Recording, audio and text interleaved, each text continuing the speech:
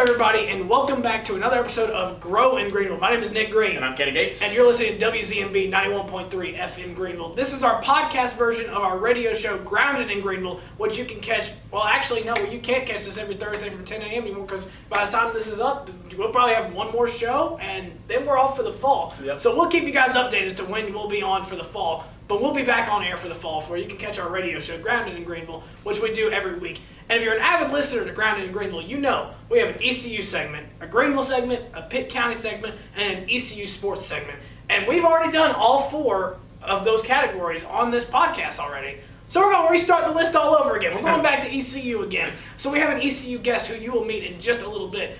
But before we do, we got some two stories we wanted to share real quick. So I'll go ahead and get started real quick. First things first, Kirk Kraft, if you do not know, is the director of track and field and cross country. He has announced his retirement from East Carolina. Kraft started his coaching journey as a grad assistant in Nebraska. He became the assistant coach for Nevada in 1991 before accepting the head coaching opportunity in 1994. Nevada, under Kraft's leadership, won 4 conference championships, and while winning Conference Coach of the Year, in 2003 he was named NCAA Division I Mountain Region Coach of the Year. For almost 20 years, the Pirates were exceptionally statistical under Kraft. They won 3 Conference USA conference titles. His teams set and broke 45 indoor program records and 40 all-time records outdoors. Kraft won League Coach of the Year on 3 separate occasions. So we do wish Kirk Kraft a very happy retirement from East Carolina. We appreciate everything you've done for our program, and we really appreciate it. Happy retirement. Yes, thank you, Coach Kraft. And I'll go ahead with my ECU story of the week. We just had 6 guys get drafted into the MLB. I'm going to let you guys know where, who, what team they went to, whatever you guys need to know. First pick, obviously, star pitcher Trey Savage went round 1. Pick 22 to the Toronto Blue Jays. Very excited for him. Think he's going to do great things. Me and Nick both agree. We think he should have went a little bit earlier. For sure. We won't go too much into it because this would take 20 minutes if we did that. And then next up, we had Jacob Jenkins Cowart get drafted to the Miami Marlins at round 8, pick 244. Another guy, I think if they develop him right, he will succeed in the MLB. And then Ryan McChrystal, not too shortly long after, round 9, pick 269 to the Cincinnati Reds. Not too long after that, Carter Cunningham, round 10, pick 307 to the Toronto Blue Jays, meeting up with Trey Savage again. I'm sure they probably won't be together for too long, because Savage will probably move up very quickly through the minor leagues. Those are all the guys that get drafted on day 2, and then on day 3 of the MLB draft, Wyatt Lunsford-Chinkman, the star closer for us this year, round 16, pick 483 to the Seattle Mariners. Hope he can do great things, along with Eric Ritchie, going round 19, pick 582 to the Philadelphia Phillies. 6 guys drafted in MLB draft. I believe that's at least close to the program record for, if not the program record, for most in one single draft. Congrats to all those guys. Hopefully they all succeed, and maybe they'll all meet up in the majors again.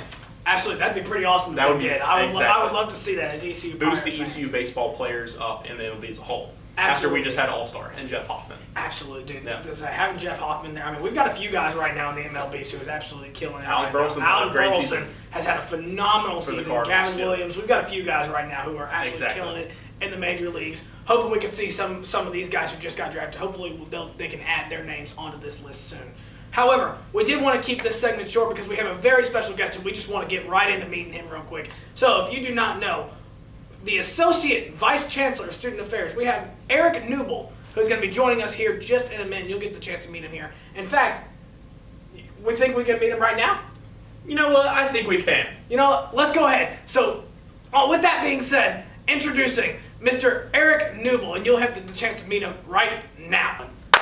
What is up, everybody, and welcome back to GRO in Greenville. We are joined with a very special guest, Dr. Erik Kneubuehl. Erik, how you doing today, good sir? I'm doing awesome. Thank you for having me. Thank you. It's a pleasure to have you with us here today. And we're going to just go ahead and jump right on into this. So first things first, what is student affairs, and why is it important for to a university environment to have that here?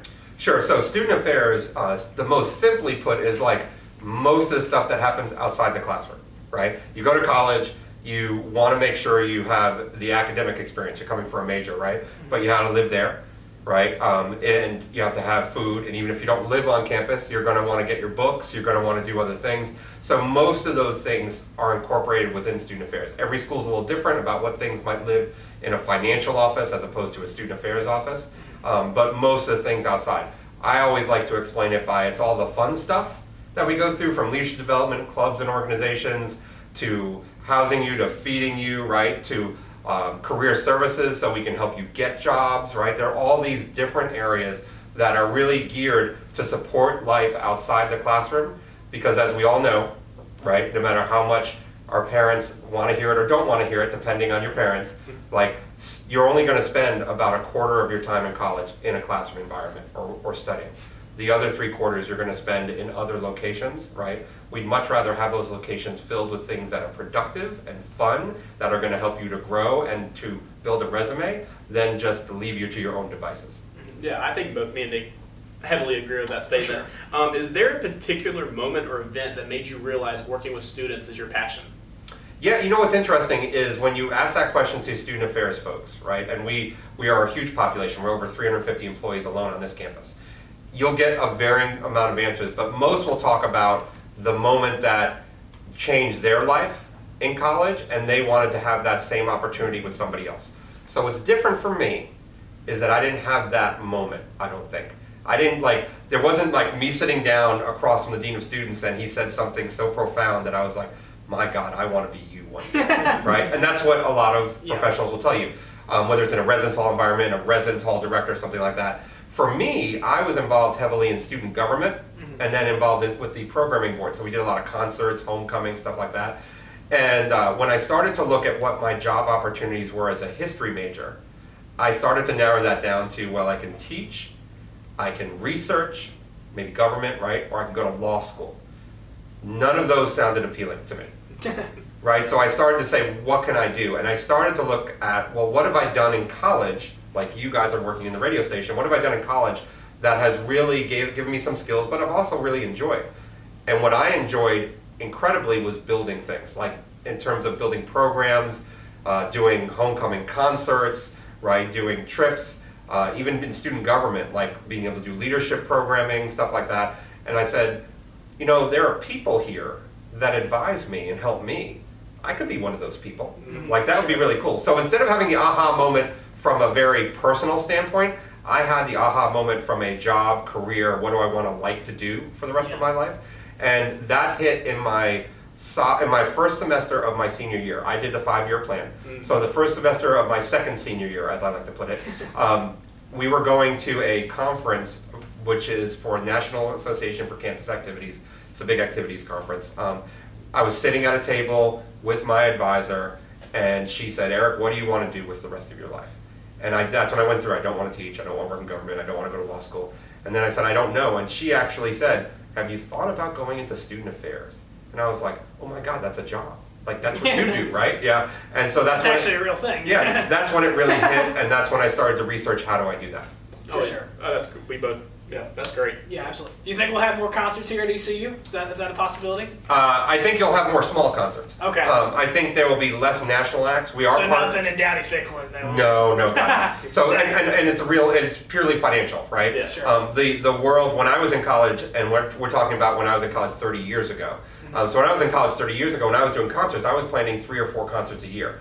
And they were, I'm going to date myself now, so be prepared. They were the Black Eyed Peas. They were Live. And those are some of the best, right? They were Red Hot Chili Peppers, right? But these were bands even big back then, right? And we were doing them in outdoor, at my school in Florida, we did them in outdoor concert venues. Yeah. And they were fantastic. I learned a lot. But I was probably paying back then maybe $40,000 to $50,000 per the act, which means I probably needed about $100,000 to get the concert off the ground. So the equivalent of that, so name a band that you think is equivalent right now for, let's say, the Chili Peppers. That's more of a modern band. Let's see. Remember, not the catalog that they have, but a band that's that size. Band that's around. I was going to say the Red Clay Trains, but I don't know. Yeah, I wouldn't say that's around. No. We're both country music guys, so we're trying. Be a country music guy. That's okay. That's up and coming and big. Like, that has a couple of It's hits. already huge. Oh, up and coming. Like, it has maybe 1 or 2 Okay, hits. sure. White Florist. Okay, so I would tell you that person, because I know I've got friends who work in the concert industry, that person I am familiar with. I'm not a huge country fan, but I'm appreciative of country music. Okay. That's all I want to hear. Yeah, that's we both. That's all we want to hear. Is That person, it. depending on the venue and time of year, is going to run between a $90,000 to $150,000 just for them, right? Yeah. And then think about the cost, which used to be about $50,000 to production, security, ticketing. Think about how much that has grown over the years, right? Yeah. So to do these concerts are so ginormous that even when you go to the really large, wealthy schools like a Chapel Hill, right, that has a huge endowment, a lot more resources than an ECU has, they're not doing that many concerts anymore because they have It's just a financial burden. and they also have a professional arena, the Dean Smith Center, Yeah. that is managed out and is outsourced their management, or they have PNC Arena close by, like State, Sure, right? That yeah. brings in concerts. So what we're starting to do now is we're starting to partner with downtown Greenville. Okay. So when they do the Free Boot Fridays, Yes. they have some concerts last year with T-Pain, Yeah. or not T-Pain, Sean Kingston. Sean Yeah, Kingston, thank you. yeah. So this year, student government has actually allocated $45,000 just to downtown Greenville for the homecoming concert. Oh. So they're hopefully in about the next month, they're going to announce who that homecoming concert act is going to be. So now the way we do it is we will partner with people to have medium-sized, I call them medium-sized names. Yeah. And then on campus, like at Barefoot, we're going to do more local artists, up-and-comers maybe for the state or the region, but not necessarily national artists, where the national medium artists will go into Free Boot and some things like that. Okay. We might look to help sponsor doggy jams or something like that.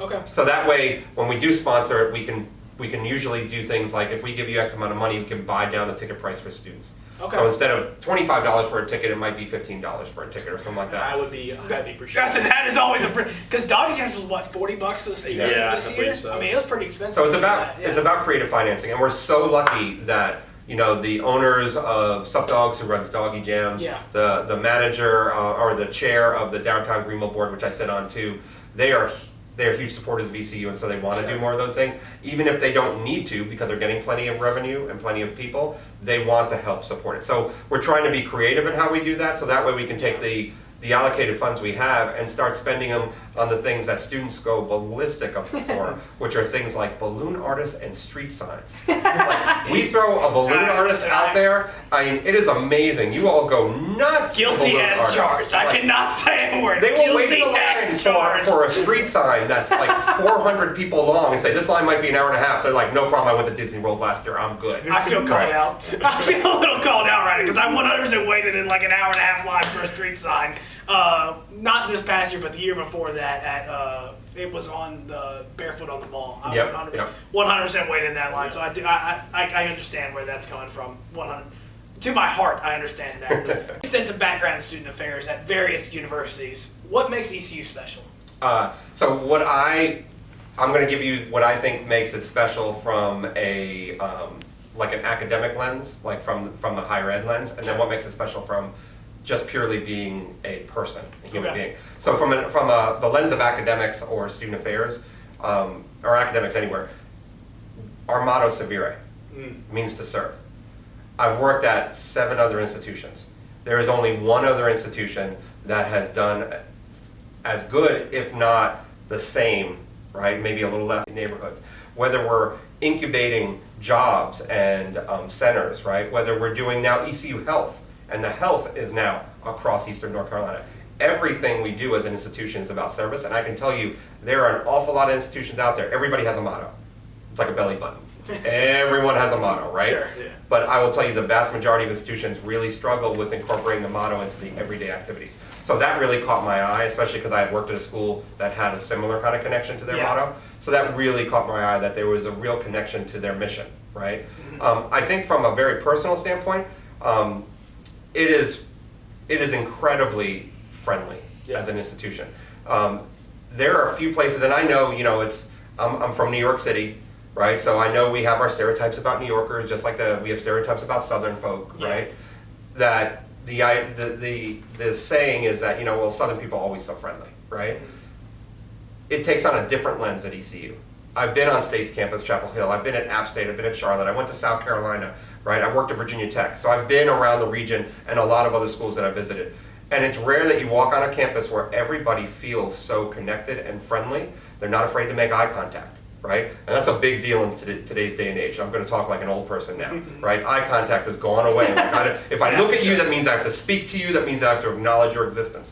They're not afraid of eye contact. They're not afraid of, before you're even lost, somebody coming up to you saying, hey, do you need to find something? Is there something you're looking for? Like, how can I help you, right? Somebody's trying to take a picture with a selfie with them and PD, right? Yeah. No, let me hold the camera for you, right? Yeah.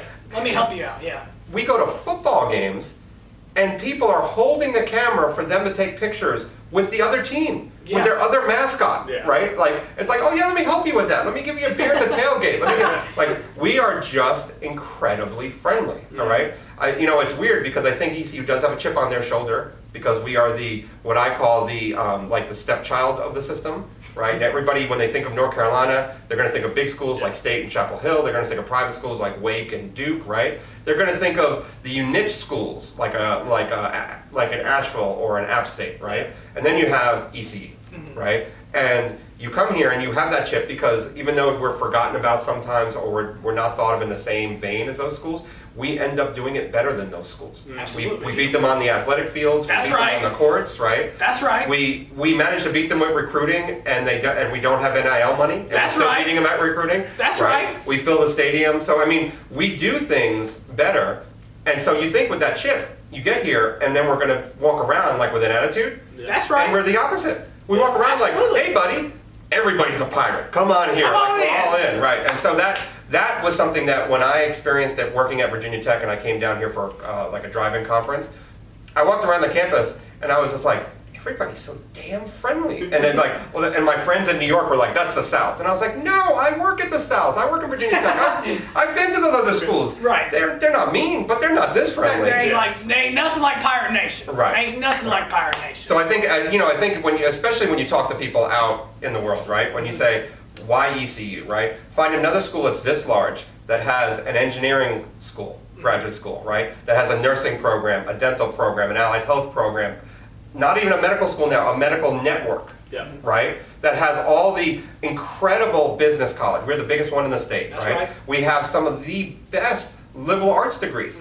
Sandra Bullock came from here, right? So we're talking about a theater program that's produced people that are currently working on Broadway and in Hollywood. That's right. So you have this mix of all these schools, and then on top of it, we're now about almost 40% students of color, which I'm using that broad term, which are people from everywhere. I walk through the student center, I hear people speaking Spanish, Hindi, different languages, right? And then you find that you're friendly, and then you have this commitment to service, right? And then we're already known for having a good time at ECU. So you combine all that and you're like, and then on top of it, North Carolina in-state tuition is cheap. That's right. It is cheap. Yeah, people come down from the north because it's more expensive in their own state. The amount of students we have from New York and New Jersey, And like Connecticut. it's cheaper to go out of state here at ECU than it is to get in-state tuition in wherever they're from. Right, especially New Jersey. Yes, New Jersey's highest exporter of college students on the eastern seaboard. Oh yeah. Right? But you have all these things that come together. Why do you not want to come here? Like, is that because you I can't think of a reason why you wouldn't want to come to ECU. Yeah, you want to work harder and longer hours. You want to have less fun. You want to make less friends. You don't want to have a good time. He's preaching it. Right? You don't want to get a job when you graduate with other pirates, Yes, right? Like, why do you not come here? It's so for me coming here, it turned into me them recruiting me. To me getting here and walking around, and I came back for 2 campus interviews being flown down here from New York at the time. The second time coming down there, it's like, I need to get this job because I want to be down here. Absolutely. This is awesome. Yep, for sure. Awesome. And like you say, you're from New York. You're approaching 10 years at ECU. Congrats, by the way. Thank you. Take us back, and you kind of a little bit went there like you wanted the job when you came down the second time. Take us back to when your plane landed in Greenville. What was your first impression? You kind of already said it, but I want to hear really the first impression. Okay, so the first thing I said is is this how big the airport is? Well, because I went from here to Charlotte. Charlotte's huge, right? And then I'm landing in. I went from LaGuardia to Charlotte, and Charlotte to Greenville. And by the way, when I got up and I was talking to somebody next to me, going, "Yeah, I'm interviewing at ECU," and they're a pirate, of course, and they're like, "Oh, it's great." Literally, it felt like it was 10 minutes we were in the air, and I was like, "Dude, that's all we were in the air." That's it, I could have driven from Charlotte. I didn't realize how fast of a flight it was. coming from Charlotte, you can drive from Charlotte. Yeah. It's not 10 minutes. It's nowhere close to 10 minutes. No, even as fast as I drive. Fair enough. But landing, I saw that. So stepping foot on the campus. So I think what was amazing is, and remember the time I came 10 years ago. When I came here, I came some back roads. There wasn't the bypass, right? I cut through downtown, which didn't look nearly as built up as it is now, right? With some of the apartment complexes, there was no Dickinson, right? Sure. So I came to this area that I said, wow, this place is a little depressing. This doesn't look really robust, right? Yeah. And I'm like, well, maybe this is truly a college town, right? And then I came into the campus and I was amazed on how pretty it was and how traditional it was, right? The red brick, the columns, right? And I have to give a shout out. John Gill who is our landscape architect, who's in charge of everything. John Gill does such an excellent job. Him and his team that does grounds here. Oh, no, absolutely, yes. There is not a better looking campus anywhere in the UNC system. 100%. Yeah. I have to. Pretty true. I've been saying this for I've been years. on, I believe, every single campus in like the main ones in North Carolina, and Yeah. I would 10 times better than any of them. No, Right. I've been saying it for years. The grounds crew at ECU, the work they do, how beautiful the yard work. I mean, it is gorgeous. What they do. I mean, I tell you what. Even when like people have messed around and put like soap in the fountains, and like it's been all over the place. They have been on it within like a few hours. They've got it all cleaned up. And like, I live 3 miles from the campus. You know how many times I've come here and called John on the cell phone and said, John, it looks like there's never been a drought. Like your grass is beautiful. I know there's not sprinklers in the ground. What are you doing? And he'd given me all this stuff, and I was like, because my grass at my house looks like crap. it looks nothing like that. Absolutely horrible. Nothing like that. But you step foot on that campus, and the first impression was it was beautiful. It looked nothing like Greenville. Yeah. Right now, I think Greenville is catching up a lot. very true. But I think 10 years ago, it looked nothing like Greenville, right? Sure. And here's the other thing that I was amazed at, which was, by the way, my wife's first impression, which wasn't until we moved here in a U-Haul truck that she was seeing it for the first time. Yeah. Her first impression is like, and we were coming in off the bypass and everything. She was like, wow, this Greenville is so much bigger than I thought it was. Yeah. Like I thought it was going to be this little tiny college podunk town. Yeah. And there's this big medical center and hospital and Yeah. children's hospital and cancer center. Uh-huh. And so I think that was the wow factor. I think I thought back then, before knowing what I know now, Yeah. that if Greenville could just catch up a little bit, Yeah. man, this is going to be phenomenal to live here. Oh, for sure. And my son was only about 4 or 5 years old then, so we wanted to get to a place where we could raise him. I was coming from the Bronx, Yeah. right? We wanted to get to a place where I could raise him and he could enjoy it, and I could run back and forth between college and home, back and Yes. forth my job to see him. And it's been nothing but exceeding my expectations. Yes. And the city really has done a phenomenal job catching up to this, and it's helped a little bit. You know, the post-pandemic, I call it the post-pandemic renaissance of Yeah. all the Northeasterners moving down here to get out away from the pandemic. Yeah. right? Yeah, for sure. Essay. So I would say here, the next question I'm going to have for you is, what do you think is the biggest hurdle for incoming freshmen as they transition into college, and how can student life help them overcome that? Yeah, I think, you know, we're going to talk about a lot of things, or people will talk about a lot of things having to do with academics. You know, it's well documented in the United States that that the K through 12 system in the United States prepares you for like here, and then college starts here.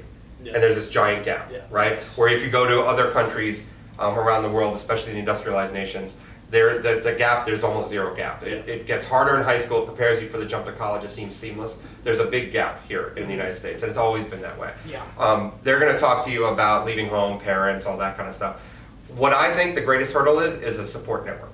Yeah. Yes. Right? Yeah. Mhm. You take for granted when you're younger that you have a support network because you've never had to build one. Yes. Right? 100%. If you've never had to build one because it's always been there, you were born into a support network, whether it was people in your house, whether it was your neighborhood, whether it was the people at your church, your synagogue, your temple, right? Wherever you were, there was always this network of people around you. Even if you moved and you immediately jumped into another support network, Yes. right? You had people there, and especially family and friends that guide you. Now all of a sudden, your family and friends drive you up to ECU and they drop you off and they give you a hug and they leave. Goodbye. Right, and the only people you know are the people that you maybe met at orientation, Yeah. right?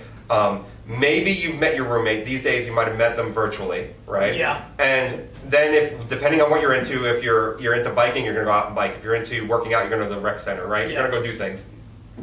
That making that support network quickly determines the success of you in your first year. Yeah. Yes. Your first year's 100%. success determines your next 3 years after Yes. that, right? It's a step-by-step process, right?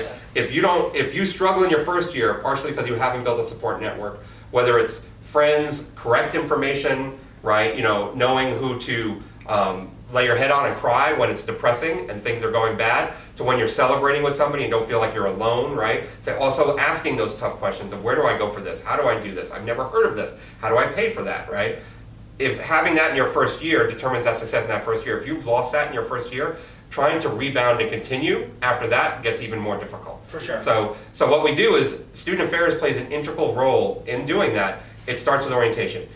please, dear God, come to orientation. Yes. Even if that orientation, and I can say it now because we've opened it up, is the last orientation in the summer, the day before school starts, right? It's that Friday before school starts, and we do it in August.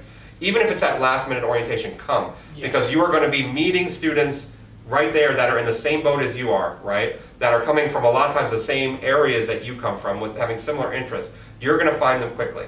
For sure. Right? Then you're going to say, well, I'm going to go to class, but class is hard because you don't get a lot of chance to just talk. Right. Rarely do your faculty sit there and say, okay, hey, everybody turn around and take 20 minutes to meet each other. Yeah. Right? No, they're talking. Yeah. Right? So what you want to do is you want to join a student organization. Yes. Right? You want to engage in intramurals at the rec center. Right? And for those people that told me that there isn't something to do on the campus, we have almost 500 student organizations on this campus. Yeah. And if we don't have something you like to do, get you and 9 other people and we'll start it. Yeah. 10 people and we start a group, right? And so we've had the Price is Right group. They get together every afternoon and watch the Price is Right together and have a good time, right? If that's what you want to do, that's It's what whatever you want to Yeah. bond around, right? But if you Yeah. find that group, one of the lost ways of connecting, because those are the obvious ones of joining a student group, come to orientation, right? Go out and participate in intramurals. 2 things that I think are downplayed sometimes. You are going to walk by a ton of events, especially the first few weeks of school. Yes.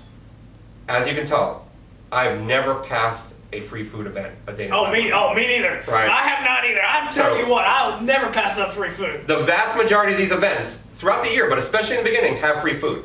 I don't care if you're walking by and you're hearing Indian music. I don't care if you're walking by and you're hearing reggaeton. Doesn't right? matter. It could be you're a country fan and you're hearing reggaeton. You don't understand half of what they're saying. I'm going to get the free food. You open up your nostrils a little bit. You will smell food. You go in there, meet somebody, and get some free food. You know what? This ain't too bad. Let's go meet some people in here. I do it all the time. I literally the first week of school, right? Like the first few weeks of school, I am known for just going around. I will fake interest in whatever the heck you're talking about, and even if like they have a presentation afterward and it's nothing I'm interested in, Right. I will sit down and listen to whatever the heck you got to talk about, just so I can get some of that free food. Because A, we're college students. Who doesn't like free food? Very true. And B, you're right. You never know who you can meet at Yep. these events. You might end up actually really liking it. But I mean, mainly the free food that attracts me right there. that right there, you can't beat it. Well, I will tell people also when they say, "Well, I'm not hungry." It's like, you know what? Then take it back to your Right, your take residence it home. back. Yeah.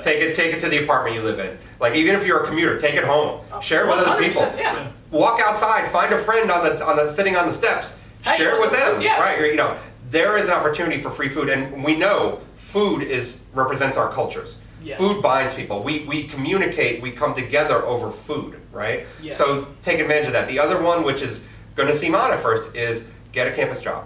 Okay. Right? Yeah. Now, yes, there's money, and yes, I'll be the first to admit we are not paying what Taco Bell pays. Sure. We are not, right? Yeah. But a campus employment will do a couple of things. One, it will right away get you connected to not only students, but administration and faculty that are working in those jobs. If you're in a department and you're helping out the secretary or you're working one of the academic departments, if you're the welcome center at the student center, right, and you're working the front desk, if you're a lifeguard in the rec center, Yeah. you will immediately have people that work here that get paid a salary that can guarantee when you can't register for a class because something's wrong, they will have an answer and get you to the right person, That's right? true. So you're building that support network. The other benefit is when you work at Target doesn't care how many hours you work during finals. This Target doesn't. Yeah. Target is going to dangle. Hey, do you think you can stay for all of Thanksgiving? Because I can pay you extra. And as much as that seems appealing, we understand that we want you to have a balanced time, right? So we don't work you more than 20, 25 hours a week at most.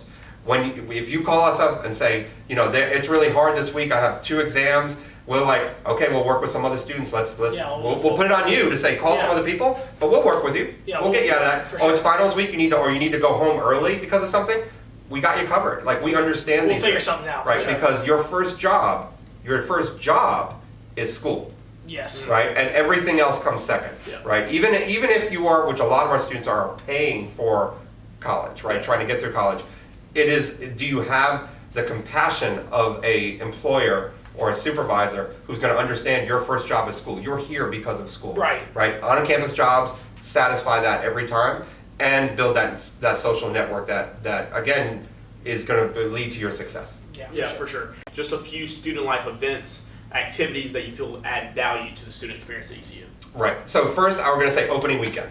I know I'm cheating because you said an event, Yeah. but I'm going to say opening weekend. I think that's Yeah. that Right. pretty much No, nails I- it. Yeah. And I don't understand, to the free food point, I don't understand why more upperclassmen don't come to opening Yeah. weekend. No, I don't either. I think they're too cool for school. They're sitting in their apartment, right, or on the grid, Yeah. right? They're I sitting got there no going, shame. Yeah. I'll keep it real. I got no shame going into So the we will get about 3,000 people to raid the wreck on Friday night, Yeah. right? We will get around 6,000 to 7,000 people at Pirate Palooza around the rec center on Saturday, Yeah. right? And those two events, and then truly just for the new students, when we do the new student welcome in Minji's and we do the class picture. Yeah. I mean, we are giving away shirts, giveaways, food. I think this year, just sneak peek, this year we have fried Oreos fresh off Ooh. the truck on the loading dock Are we being gonna baked. act like we're new students? I think We got we might not- pretend we're new students here. We got not I might have one. to shave, but we can pretend we're new students. We got not one but two Kona Ice trucks at the same event happening, right? That's giving out free Kona Ice. We got street signs. We got Street character signs? lists, we got balloon art,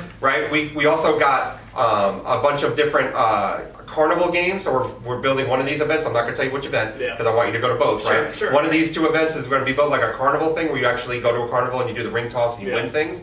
You will walk away with stuff and everybody gets shirts. You might All have these sold events it we're once. giving out free t-shirts, Yeah. right? And we're smart. We're giving out purple, gold, and black. Yeah. So you're getting purple, gold, black because we know we have the painted gold, painted purple, Yeah. painted Painted black, black, shirts, right? So we're preparing you for the football season. Yeah, and I feel like painted gold's the hardest one. Yeah, So, Yeah, painted yeah, gold is it is- definitely it the is hardest hard. one. Yeah. Yeah, So, my wife calls it black. painted yellow. I have to remind her it's gold, it's not yellow. Honestly, no, gold and shockingly black too. Because now you can find a black shirt. Almost everybody owns like some kind of black shirt.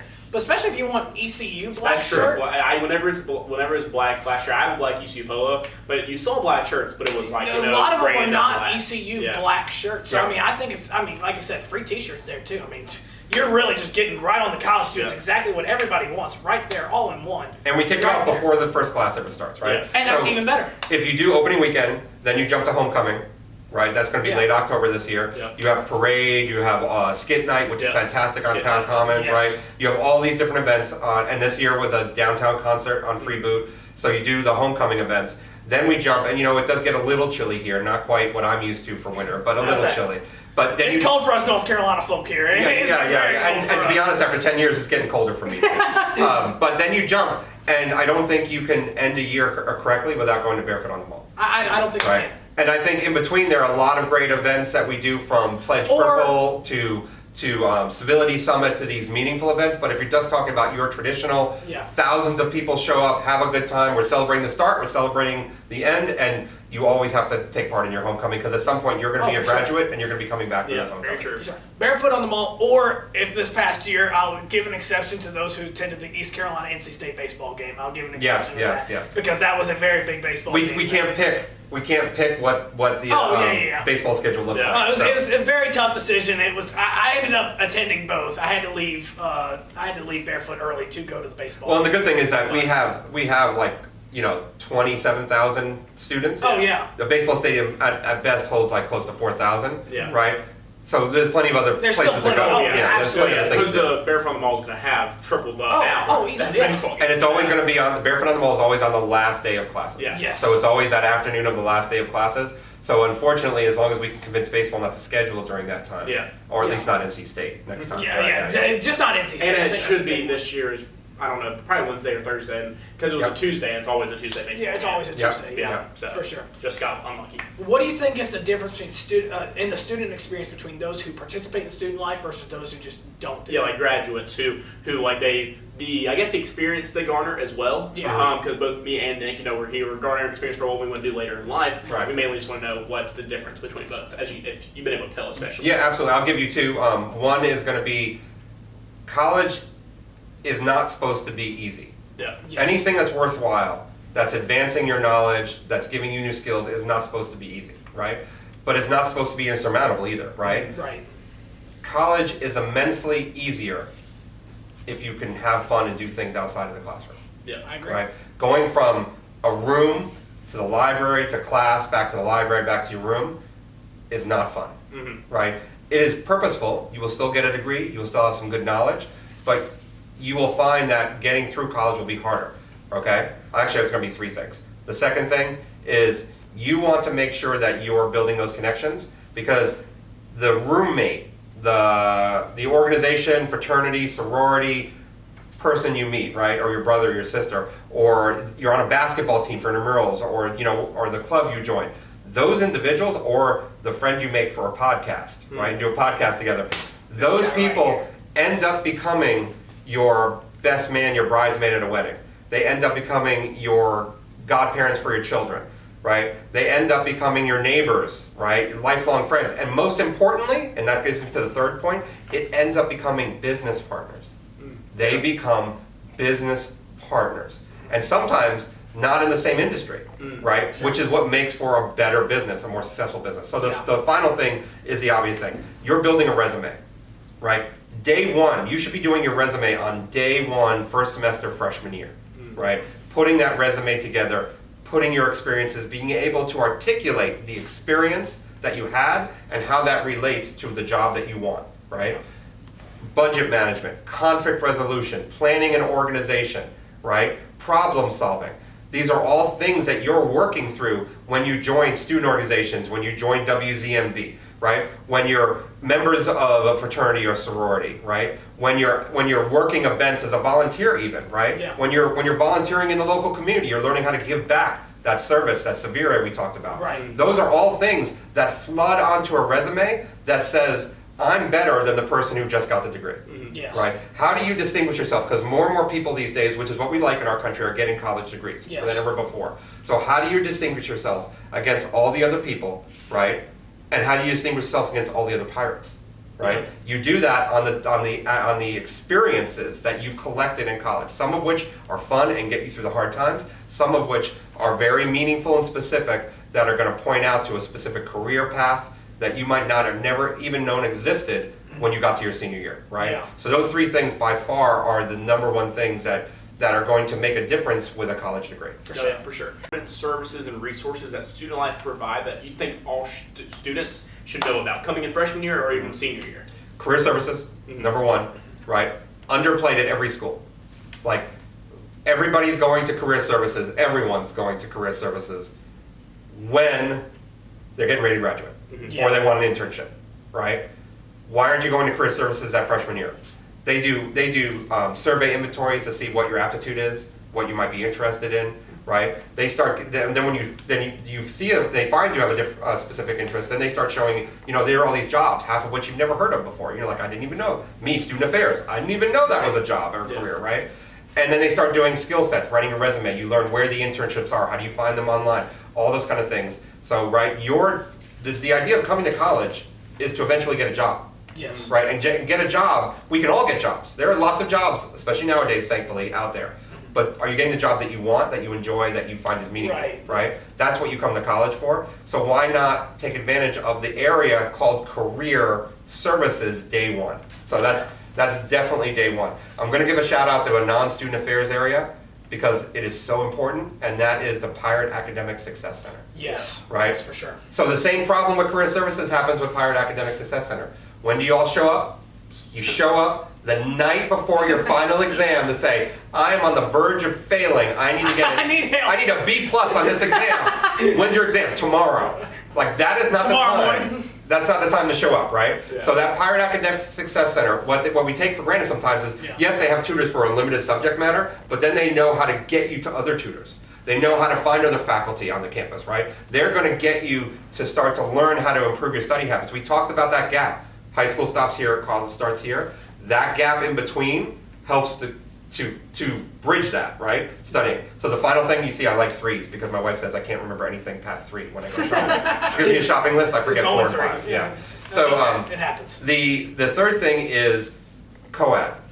The Okay. dumbest name I've ever heard. We're in the same co-ed class. There you go, Yeah. see? We're in the See? same co-ed class. Horrible name, because even by the way, I graduated the University of South Carolina with my master's degree. South Carolina created freshman year experience, the co-ed experience, like 30, 40 years ago, right? So I know it intimately. We were required to study it when we were there, right? It's basically a freshman year experience class, right? It connects you to that support network we talk about, because it encourages you through different activities and stuff to get involved, right? It teaches you study skills, it brings in speakers, you learn about what services are available on campus, right? Yeah. Co-ed is vital because usually I would tell you the people who voluntarily come in and say, oh yeah, I definitely want to sign up for co-ed, are probably the ones who need it the least, The ones who need it the most are the kids who come in going, I don't need that I don't stupid need class. that. Yeah. 1 credit? What is it? What is it? It's not in my major. Why would I take that class? Right? But co-ed, we have data that shows that co-ed students at a much higher rate have higher GPAs. Co-ed students stay on track, and co-ed students are retained from year to year more than students who don't take co-ed. Now there are some different communities like athletes that don't fit into that mix, right? But they have their own academic advising team in athletics, right? But co-ed is like your roadmap for the very first semester in college, or even your second semester in spring when we offer it, that students don't take advantage of. Yeah, so yeah, me and Nick, like pretty much, we met in that co-ed communication class our freshman year. Now, admittedly, which one of you looked at the other one and said, "I'm not going to be friends with him"? Now, Like, he looks weird. He looks. I don't know. Now, what's actually funny is we've talked about this before, and so I actually, for the side story here, I reached out to the school of communication, sent out an email like right before our freshman year. It's kind of like, hey, if you want to be posted to the Instagram so you can meet new people, reach out. And I sat there, I was like, for a while, I was like, I'm not doing that. I was like, you know what, sure, why not? Like, you know what, let's see who I can meet real quick. So I posted a picture of myself, kind of like, hey, I'm going to a Luke Combs concert on Friday. Like, this is kind of who I am. Cannon messaged me. Yeah. I was like, yo, I'm going to that concert on Friday. In Atlanta, too. So it wasn't like... Oh, no, it wasn't like Raleigh or anything. Oh, my God. This was not a like local concert. We both were going to Atlanta for this concert. So this was meant to be. Your relationship was meant to be. 100%. Yeah. And so then I was like, oh, that's really cool. So we texted a few times. We never got to meet up at the concert. Yeah. But then when I heard, then we did roll call first day at co-ed, I heard Cannon Gates, and he said here, I was like, oh, I know that guy. Exactly. I was like, oh, I actually know who this is. And then the interest meeting for WZMB. And then we saw each other 2 days later, yeah. pretty much. Boom, we saw each other. And I was like, oh. So basically, everything I'm saying is what you did. Pretty much, yeah. Exactly. That's great. Exactly. And now here we are running a podcast together. I mean, we have a radio show together. Right. We're both managers here at WZMB. Exactly. I mean, it's pretty awesome, like how this kind of unfolded. Just prepare your significant others that you might have to live next to each other when you move. You know what? And we're both probably going to go to Charlotte. Probably. So there you go. So you know what? We're just gonna have to make that clear ahead of time. That hey, just letting you know, I gotta buy the house right beside Cannon. Yeah. It's gotta happen. I'm sorry. It's just it's meant to be. It's gotta happen. Getting back on track a little bit though, the UNC Board of Governors made the decision to end diversity, equity, and inclusion. How does this affect student life here at ECU? So I think what's interesting is, we've now been able to see what the system office, because that's the Board of Governors, right? Yeah. And they report to the system. System office has given us some guidance and done a deeper dive into the policy. The policy is like this long, right? Well, the one piece of it's that long. It's like 2 pages, but the guidance is like 3 pages, right? So they really dug deep into it. I think things that that are now coming to light after we've dug into this, which I think is very positive, right? Is a lot of this guidance was directed at the diversity officers on college campuses, like the OED is what we call here, Office of Equity and Diversity, which are not the student-facing offices. They were more the offices, and we've seen in corporate America that have hired diversity officers and offices, right? Yes. At ECU, there's not a problem with that because we merged, even before this happened, that area merged together with HR, right? So there's not a problem with that. I think the next piece, which was helpful, is it wasn't talking about locations. It wasn't talking about places. It was talking about programming. And really based on this idea of content neutral, right? So I'll say that I think there's a myth out there. I'm not saying it never happens on a college campus, but there's this myth that college campuses, people like me are indoctrinating you to believe what I believe, right? Now, I will be the first one to tell you that if you and I had a private conversation, not in a podcast, right? To say, hey, Eric, who are you voting for and everything? Yeah. I'll tell you and we'll talk about it, but it's not my job to convince you. You're asking me as another human being, right? Very true. That the vast majority of staff at all the 7 schools I've ever worked at, public and private, are not indoctrinating people, faculty included. Nobody's indoctrinating, right? Yeah. But I think there's this myth that students are getting indoctrinated at especially public higher education. And I think that some of that is aimed at the idea of content neutral. You want to make sure that, so I'm the free speech officer on the campus. So that means all of our protests, vigils, marches, anything like that happens on campus, whether it's an off-campus group or an on-campus group or a faculty group, comes through my office. I'm at all of these. Like if I'm not, I have a staff member that can go, but I'm at 99% of these. When I'm there, if it's a march, I'm walking behind the march. Yeah. But I'm walking with the march, but I'm not walking to support the cause, whether I believe in the cause or not. I'm there as a university official being paid as a state administrator to say, I want to make sure everything goes okay. Yeah. Right? When I meet with them, I'm like, okay, what do you want to do? How do you want to do it? And we plan out the event. I'm not telling them how to make it better, right? Right. I am bringing up things of like, if you do it on Friday afternoon, no one's here, Yeah. right?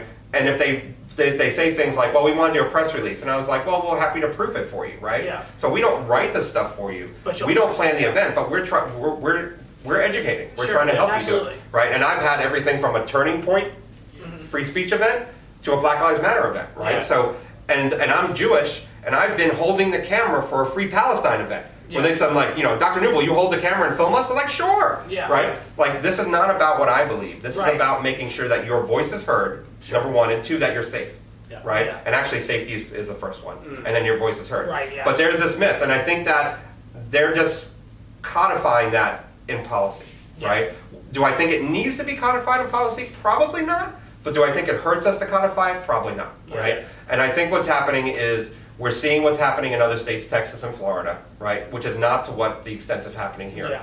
And there's a nervousness that that's what's happening here, especially if you haven't delved deep into it. And it's not at this point, right? We're looking at making sure that we're content neutral, that we're not driving political statements, that we're not trying to say, vote that way, don't vote that way. We are content neutral, but at the same time, you don't have to be content neutral as students. You do what you do, and we're going to help you do that. And we are still going to have events that are celebrating national days, or like when we do the Diwali festival, right, which is a light festival for Indian students and Pakistani students. When we do the Diwali, or Hindu students really, when we do the Diwali festival, we're still going to help with that, right? Yeah. We can still do it ourselves for them and help with them, Sure. right? Because it's not a political issue Yeah. that's on the table. It's just a festival, Right. So I think that's what's going to happen. Will you see some minor tweaks in language? I believe so. Yeah. But I think 99.9% of the students, faculty, staff, when they come back, will not see a difference, Okay. right? Details, there will be, the devil's in the details. There will be some details that will tweak and change based on the content neutral piece, Yeah. right? And I think that's the piece that has lost the attention in that document. It's been focused on the word DEI, right? And also because of what's happening in other states. Where in reality what's happening is it's really focusing on content neutral and programming. Not places, not communities of students, but the idea that we as state employees, which has always been the rule, it's just codifying that in a different way, that we need to be content neutral in our language, in our speech, right? If I'm going to do something and march at something, then I need to come off the clock, not wear an ECU shirt, and not sitting around holding a sign saying I'm the Associate Vice Chancellor. Right, yeah. Because, and that's what's the hardest part for all of us, including when you get out into the professional world, is how do you do that in social media, right? And social media, if you're plastering on my LinkedIn page, if it says, which it does, and it says, I'm the Associate Vice Chancellor at East Carolina, and it says all the places, all the stuff. Yeah. All my content is work-related stuff, Right. right? If you go on my Instagram page, that is actually talks about me working at ECU, but it's all ECU-based stuff, right? So I've made the decision, which is only my personal decision, that all my social media is based on work-related stuff, like more like my industry, Yeah. which is LinkedIn, and then more what happens at ECU, which is basically Instagram connected to my Facebook page, and then I'll put some family stuff on there. Sure. I've decided not to go political, not to give viewpoints that way, but that's a personal view. Sure. For our other staff and our students even that want to do that, that's what's happening. We see happening in the corporate world, especially, right? This Right. cancel culture. It's happening because people are saying, wearing an ECU shirt, saying I'm the Associate Vice Chancellor at East Carolina University, and then putting up, I hate Biden.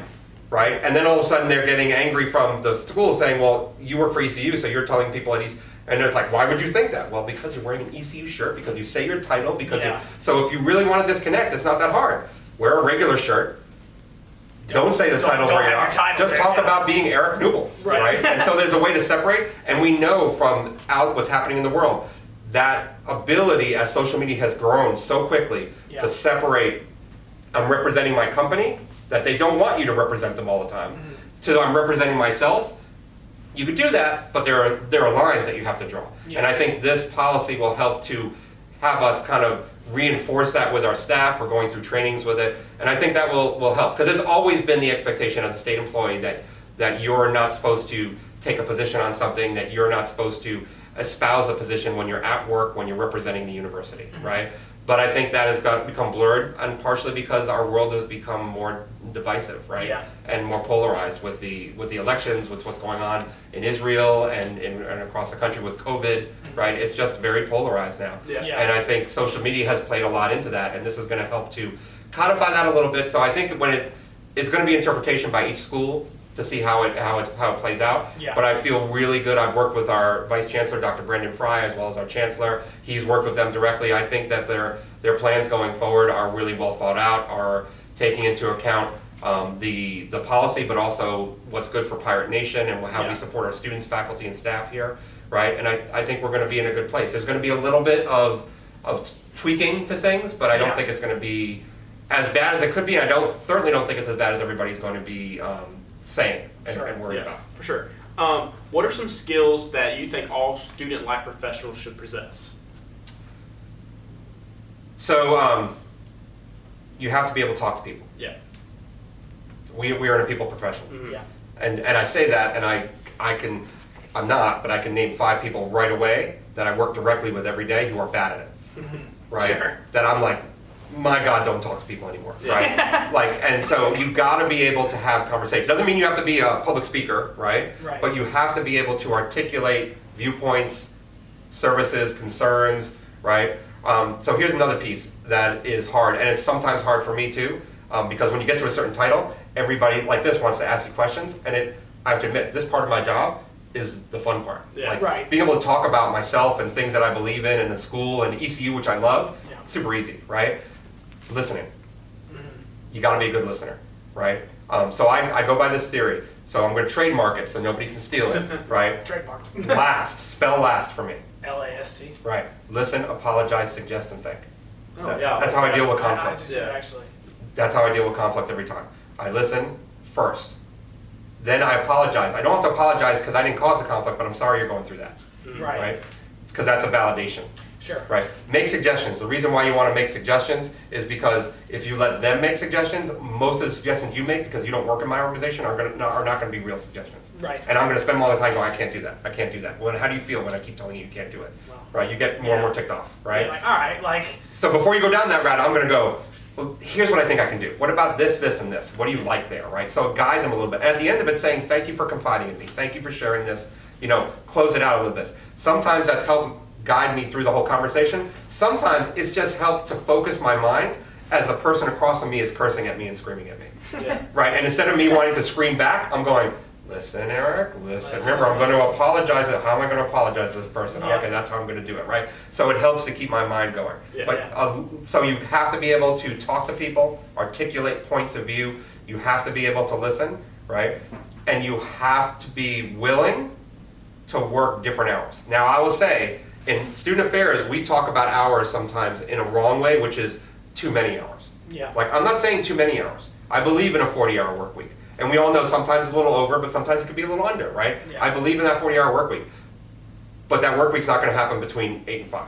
Yeah. Yeah. Because you guys don't come out of your rooms between 8 and 5. That just doesn't happen, right? Yeah. And if you're in student affairs, that's the world you're going to live in, right? It's not going to happen every day.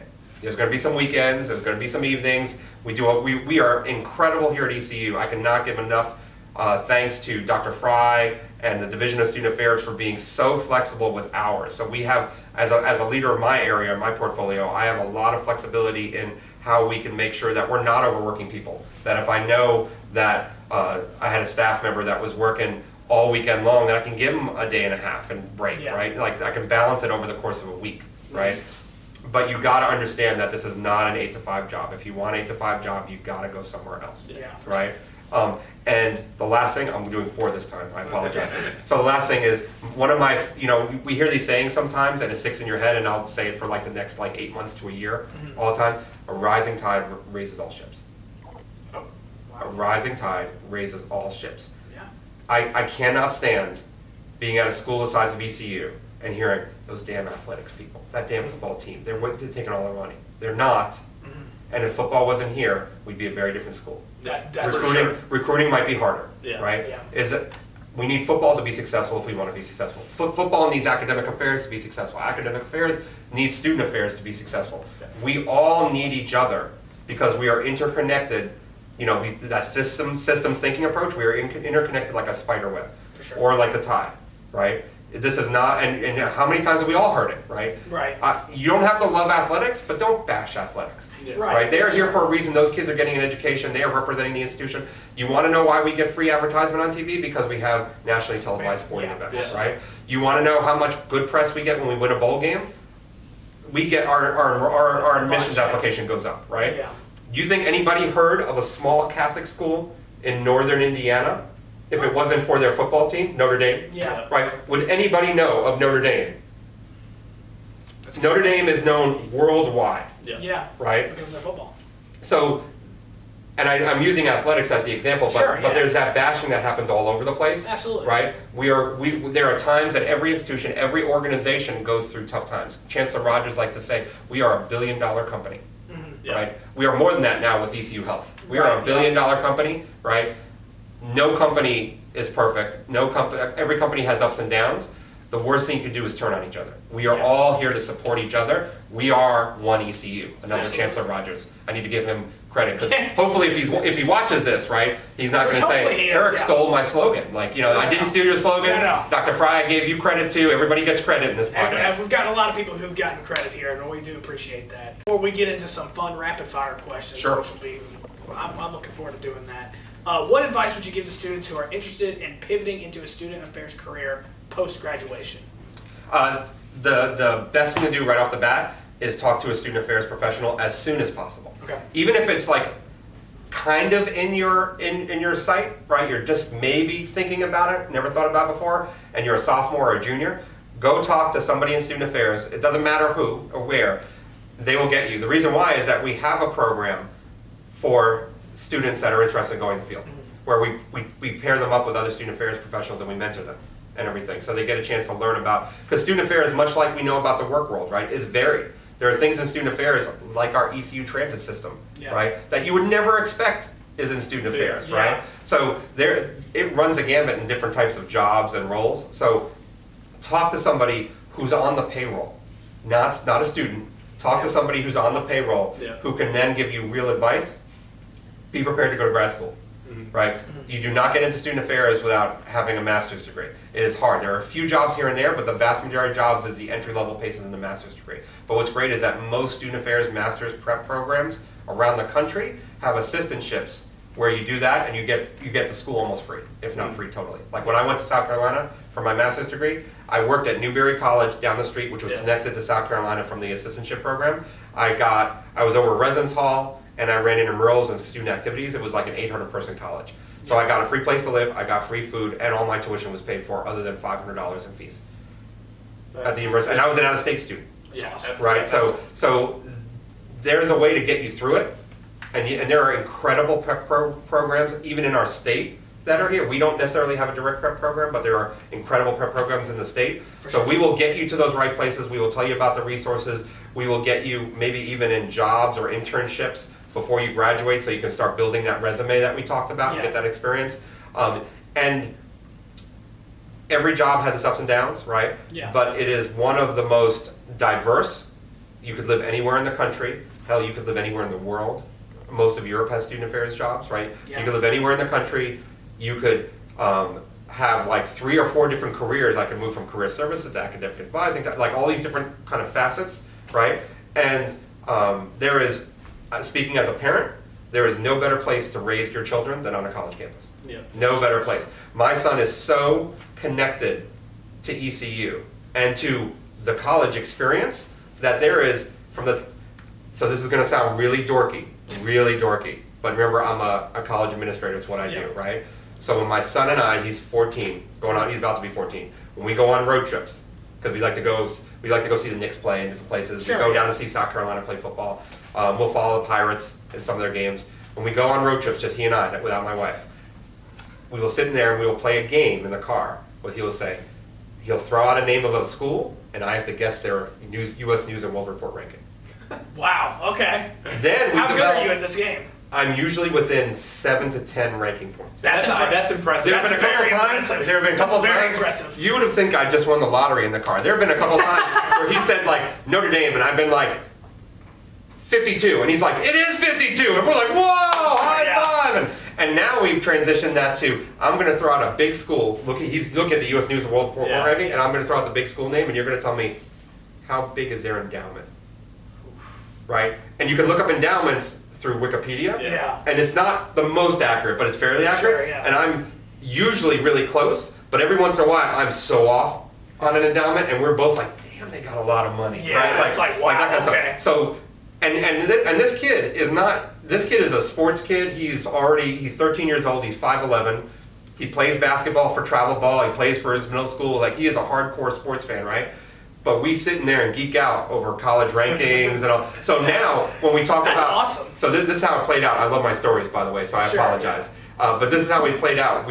My son walks in the room and goes, Mom, one of the schools I want to apply to, and he's only going into 8th grade, right? One of the schools I want to apply to is South Carolina, because I went there and we go to games and everything. Right. My wife didn't go to South Carolina, right? My wife's what I call a higher ed snob. She only looks at the rankings, right? Okay. So she goes, I'm not spending to pay you to put you in private school for you to go to South Carolina. What are they ranked? And he's like 102. And he's like, because he knows, right? And she's like, I'm not doing that, right? And then he goes, what if I can get into their honors college? And she's like, if you can get some money to go to honors college, you can go to South Carolina. We will talk about this. We can reconsider. What 13-year-old you know has that kind of conversation with their mom and is negotiating with my wife, right? Not a single one I know. By the way, the only rule in our house is my wife said, so what happens if Gavin, remember I'm a South Carolina grad, if Gavin wants to go to Clemson? Ooh. And I'm like, you know what, honey? Gavin, you can go to any school you want to go to. Not one dime I make is going to that university. So mom or somebody else better be paying for the Clemson education. That's all I gotta say. My brother went to South Carolina. His girlfriend's a Clemson grad. That must be really hard. She is trying to get the Tiger. If they get married, she wants Tiger at their wedding. He's like, that's perfectly fine as long as I get cocky. That's all he said. As long as I get cocky, that's fine. No. This actually is more common than you think. So my cousin, he recently got married last year. Yeah, it was last summer actually, last July. He got married, and his now wife went to South Carolina. He went to Clemson, and like at the reception, they played Sandstorm, and then they also played the Clemson, the chant, the CLEMSON, that one. They did both of those at the reception, and it was such a fun, obviously, literally half the families, half Clemson, half South Carolina, and you got both. And granted, I don't care. I'm doing both chants because I don't care. I'm an ECU guy. I could care less. I'm a sports guy, so I know both chants. So I was doing the CLEMSON, and then I grabbed my freaking napkin for the South Carolina Sandstorm to do the Sandstorm. And it was just such a fun moment there at the wedding, and even though it's a house divided, but it's awesome. Well, we're not a house divided. You will not be. We are firm. Yeah. We are firm. But what's funny is, so I was thinking. So again, I'm a storyteller, right? Yeah, sure. So you asked about. Remember, I told you about one of the great things about ECU is the friendliness factor, right? Well, so I came here for my interview. I flew in. Remember that little airport, right? Yeah. So I go to fly out, and I actually went to the airport. The flight got canceled. So those who have flown out of Greenville, just be prepared. They cancel at the moment's notice for stuff. So I came back to the hotel, stayed an extra night. Yeah. I was flying out on my birthday. Okay. Flying back. So I'm on the phone. I go through the X-ray machine. My wife literally calls me as we get through the X-ray machine. So I quickly pick up the phone. You're waiting for the bag to come through. Right. And if you know anything about Greenville Airport, the people who do the ticketing downstairs have to run upstairs and then run the X-ray machine. So they're all the same people. They know you really well by the time you get on the plane. Yeah. So, and there's people coming through behind me. My wife calls and everything, and all of a sudden, and they take your ID. A little bit different at Greenville. I've not experienced. They take your ID, and that you don't go through the X-ray machine with your ID. They hold the ID to make sure it's you to come around. Because normally they're checking you at the airport before you get in the line. Right. They do it all at once, right? Okay. So they have my ID. My wife calls. She goes, "Are you getting on the plane?" "Yep, it's not canceled. We're all good." And all of a sudden, I hear this from the person. "Oh my God, is it your birthday today?" Because they're looking at my ID, and I'm like this. Yeah, it's my birthday. And they're like, "Oh my God!" They start singing me happy birthday. The people in line start singing me happy birthday, and I'm like this. That's so nice. And I'm like looking around, and then next thing I know, my wife's like, "Are they singing you happy birthday?" And I was like, Yeah, you gotta be down here to understand. It's not New York City, honey. It's not New York City. I tell you what, the Pitt Greenville Airport, it never fails. So that Never right fails. just put an exclamation point on the friendliness factor. It's awesome. Yeah. Oh yeah. So to really like end off the podcast, I'm gonna do 5 rapid fire. Nick's gonna do 5 rapid fire. I think as long as you want the answer, doesn't matter. Sure. So we'll go ahead and start. Only one place to eat on campus. Where are you going? Raising Cane's. Good choice. Favorite spot on campus when you just need to get away? The deck in the student center. Oh, yep. Okay. Good choice. Favorite ECU sport to watch? Basketball. Men's Men's basketball. basketball. Yeah. Okay. Favorite ECU event you've been to in the last 6 months? Women's basketball game where they beat the Tulsa?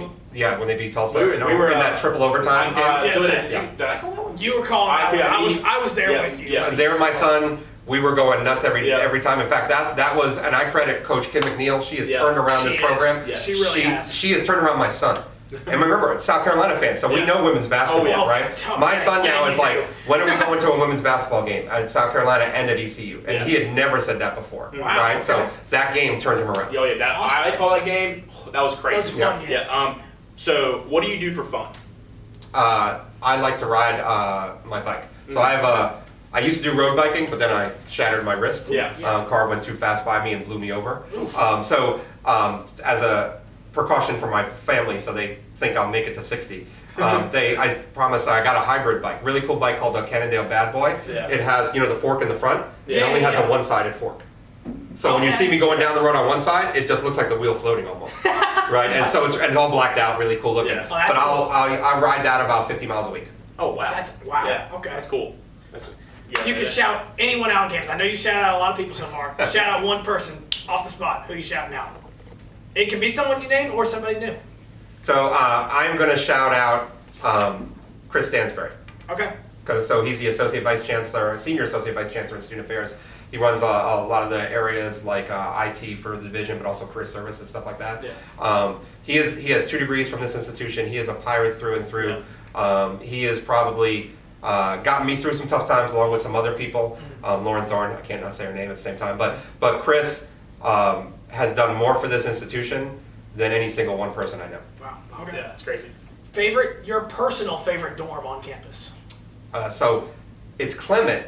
Okay. Because I lived in Clement for 6 months. For Okay. 6 So when I months, moved here, That's I got awesome. enough Yeah. before it was redone. You have to. Before it was redone. So you have never seen We the old didn't Clement. see the old. So think of the oldest hall on campus, and that's what Clement was like. Legacy. I got the Okay. I got the apartment. In the apartment, the bedroom window was right over the back door. Yeah. Okay. The back door back then didn't have a gate. Yeah. So the back door just was a back It was door just that went to back door. steps, right? Right across the street is what? Chico's. Right. What's happening in downtown every night on Friday, Who Saturday, knows? Sunday? Yeah, yeah. Who So, knows? so my indoctrination to ECU was trying to lay my head down over there as I would hear bands play and everything, and then I would get this little rocks at my window.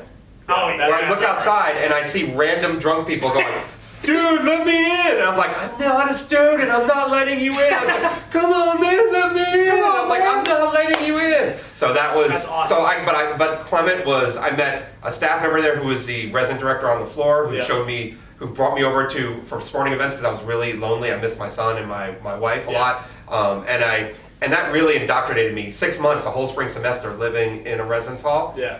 Clearly, I don't look like a student, so I freaked out people when I'd get in the elevator, Yeah. especially when their parents would come visit, saying, "Who is the freaky old guy in the elevator?" Right? But living there and eating in West End and everything, that was great. Yeah. Sure. Okay. Favorite event since being here at ECU? It's a lot. That is a lot. Yeah. Favorite event? Okay, my favorite event since being here, T-Pain on the mall. Okay. Okay. At Barefoot, because it's the largest group I've seen on the mall. We had about 7,000 people on the mall. 2, I bring my son to every concert. Yeah. So at that point, he's probably 6 or 7. So I put him on stage. I have a great picture, which if I could find it quick, I'd show you. But I have Yeah. a great picture where I brought him on the stage. T-Pain hadn't come out yet, but everybody pushed forward. Yeah. And he's a little kid. He's wearing a pirate hat, right? He's 6 years old, 7 years old, 6 years old. He walks on and he's like shy. I'm like, "Yeah, go up to the front. I just want to take a picture with the crowd," Yeah. right? And he goes up to the front and he looks out, and I got the picture, and then I made him do this, and then there was some women in the front who were like cheering him, going, "Yeah!" Yeah. Right? And I'm like, "Gavin, put up the hook."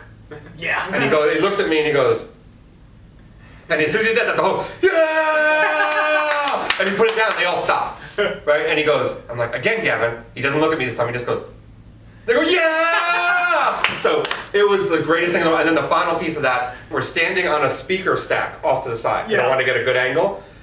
T-Pain starts to play the song, right? All I Do Is Win, Yeah. right?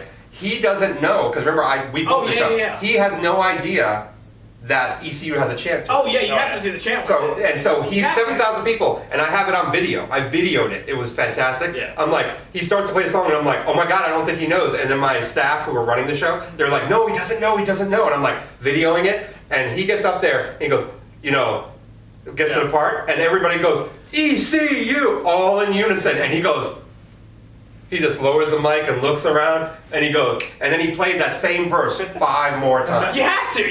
Just to play it, because every time they said it, he thought that was the coolest. He came off the stage and said, that was so cool. I did not, like, imagine being on the concert, just doing your thing, and all of a sudden everybody in unison just cheers, right? And he's like, damn, that was good, right? Well, I think, so that concert was the most fun I've had. That chant is one of my favorite chants that we have, for the simple fact that, I didn't know this was a chant until I got here my freshman year. And we were at, it was that one Sunday event where before we were supposed to go take a picture. No, it's New Student Welcome. Yeah, the New Student Welcome. We were at that event, and they played that song as we were all leaving. And I was kind of like, okay, like, that's kind of a weird song to play as we're leaving, but sure, like, we'll play the song as we're all filing out the door. Next thing you know, we get to the end of the course, all here, ECU, and me and my roommate just look at each other like, we do that? And I'm like, I guess we do that. So what's funny is when we do that, now we do it early. We don't do it when you're leaving. Oh, yeah. But this is what happens. We have the band, everybody's playing it. Everybody in the stand just stands there. A few people will say it, and the people on the floor, like the band and me and everybody, go, EC. So it's really quiet. It's like, all I do is win, right? And then all of a sudden, ECU, and everybody in the stands goes, what?